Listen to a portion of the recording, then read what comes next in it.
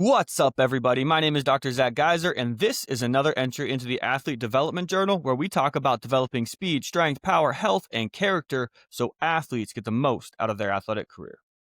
As a reminder, before we dive in, everything in these newsletters, podcasts, social media, and on our website is for educational purposes only and should not be taken as medical advice for you or your athlete. Please consult directly with a healthcare professional. Today, I want to talk about something that your physical therapist is lying to you about, but probably not intentionally. But before we get there, I want to start with your mind. Giving your kid robust athlete development from the ages of 0 to 18 years old is more valuable than giving your kid a massive trust fund. And I know what you're thinking, but hear me out here. So, once you get a big boy or a big girl job and you start a family, so this might be somewhere around 25 years old, can definitely be later than that, before that. But once you do that, you have very little time to devote to your own health and fitness. You're building a career and you're building a family. You don't have 2 hours per day to devote to the gym. I call these the don't screw it up years.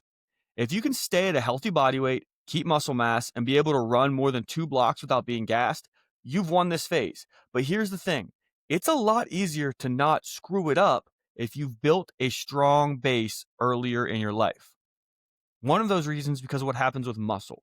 When you grow muscle the first time around, you add a bunch of nuclei. The more nuclei you have, the more efficient your body is at making more muscle. The coolest part, though, is when you lose muscle mass as you stop training, you don't lose those nuclei that you grew the first time around. That means you can regrow muscle faster the second time around. I've personally gone almost 6 months without training before, and that's in the dog days of starting the business where I had time for absolutely nothing else. But then within 1 month of training again, I was able to deadlift over 550 pounds. How? Well, I trained like a madman, an absolute psychopath from the ages of 10 to 23 years old. I built such a wide and stable base of athlete development that I could get away with things few others could.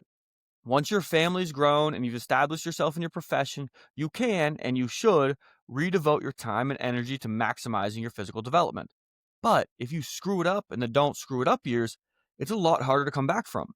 If you give your kids the gift of robust athlete development, it makes it infinitely easier to not screw it up.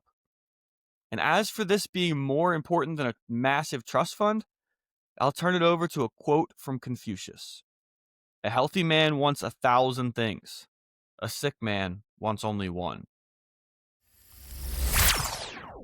All right, now I want to dive into your body and something that your physical therapist is probably lying to you about, and that's the 90% barrier. One of the most distorted concepts in rehab is aiming to get back to 90% of your other limb. We use it, don't get me wrong, it's important, but it's a perfect example of real data being used to paint a fake story. Let me explain more. Most return to sport tests compare your surgical leg to their other leg. This is called the Limb Symmetry Index. If your quad strength is 100 pounds on your healthy leg and 60 pounds on your surgical leg, your LSI for that test is 60%. Research has suggested that the threshold of good enough is usually between 85 and 95%. If your surgical leg does 90% as well as your other leg, then that's good enough to return. Does that really make sense, though? So play this out. Let's imagine you tore your ACL 6 months ago. Fortunately, we have a lot of information on you from before your injury. Before you got hurt, your quad strength was 75 pounds on both legs. And so you can see that on the graph here.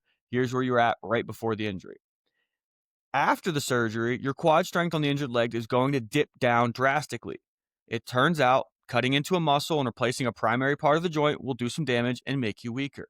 So you can see that red X represents the injured leg, the green X represents the healthy leg, and right after surgery, well, one month after surgery, boom, that quad gets much weaker on the injured leg.